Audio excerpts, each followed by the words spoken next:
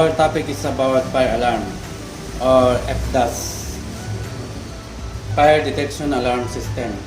As you can see, we have control panel and components of fire alarm.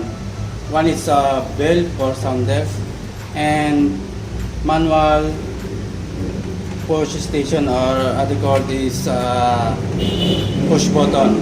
And also we have a smoke detector.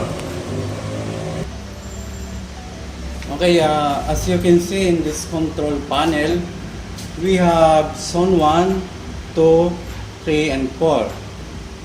This is a smoke detector location indicator, and we have a panel mute and bell mute, relay disable, delay disable, signal hold disable, and reset.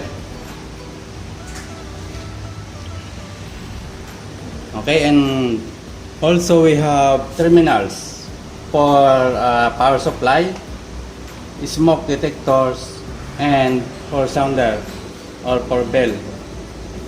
Okay, let's energize this fire alarm and what will happen, and I explain to you in Tagalog.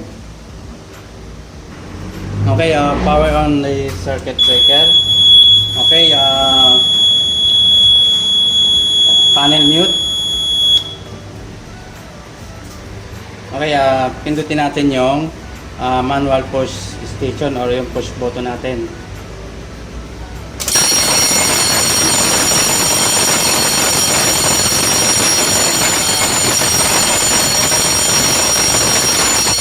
And panel mute.